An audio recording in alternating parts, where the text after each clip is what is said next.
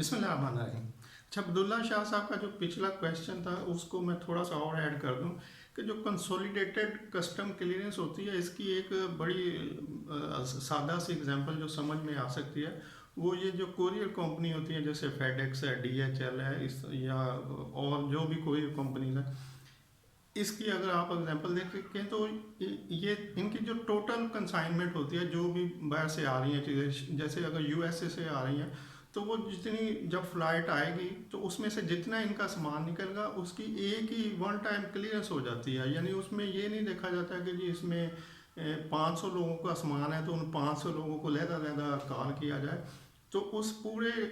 Consignment की एक ही clearance हो के उस पर जितनी ड्यूटी बनती है वो फिर जो वो कोरियर कंपनी होती है वो उसकी डिवीजन कर लेती है कि किस किस बंदे की अनवाइस वैल्यू क्या थी और उस पर ऊपर जो हमने पे किया है उसको किस तरह से उसको डिवाइड करके उससे चार्ज करना है। तो ये तो उन चीज़ों के लिए है जो कस्टम वाले बगैर किसी चेकिंग के या बगैर जिनकी इनवाइस वैल्यू कम होती है, अगर कस्टम वाले समझे कि इसमें कोरियर कंपनी के सामान में कोई ऐसी चीज़ है जिसकी इनवाइस वैल्यू ज़्यादा है, उस पर ड्यूटी सेपरेट अलहदा से चार्ज करनी है या कोई रिस्ट्रिक्टेड आइटम है या कुछ वॉल्यूम ज़्यादा, अमाउंट ज़्यादा, तो वो उसको डिटेन कर लेते हैं कि भाई ये आपकी कंसोलिडेटेड क्लियरेंस में नहीं जाएगी, इसको आप सेपरेट कर दें और इसका जो नाम पता जिसके ऊपर ये जा रही है उससे हम खुद ही कॉन्टेक्ट करके उसको क्लियरेंस के लिए बुलवा लेंगे। तो इस तरह से कंसोलिडेटेड क्लियरेंस भी हो जाती है। और उसी कंसोलिडेटर में अगर कस्टम वाले किसी को डिटेन करना चाहें, अपने पास रोकना चाहें, तो वो उसको रोक भी लेते हैं कि इसको आप सेपरेट करवा लें और बाकी को आप जाने दें, ये आपकी क्लियर है।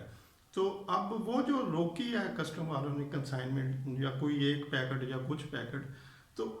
उसको फिर कोरियर कंपनी इंटीमेट करती है जिसके नाम पे वो आया होता है पार्सल कि भाई ये आपका कस्टम में डिटेन हो चुका है, अब ये जो रूटीन कस्टम क्लियरेंस होती है, जो प्रोसेस होता है उसमें से गुजरेगा।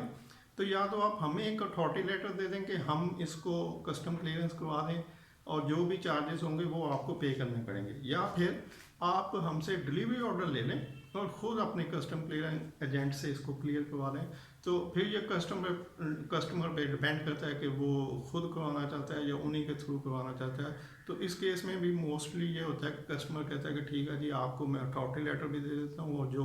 चार्जेस होंगे वो भी पे कर दूंगा, तो आप इसको खुद ही करवा लें। लेकिन अगर खुद करवाना जाए किसी और क्लियरिंग एजेंट के थ्रू तो वो भी प्रोसेस, फिर दोनों प्रोसेस अवेलेबल होते हैं। तो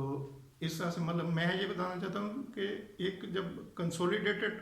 क्लियरेंस होती है उसकी एग्जांपल जो है वो ये कोरियर कंपनी है जिनका बहुत सारा सामान हर फ्लाइट में आ रहा होता है और वो एक ही गो में उस सबको क्लियरेंस करवा लेते हैं। थैंक यू, अल्लाह हाफिज़।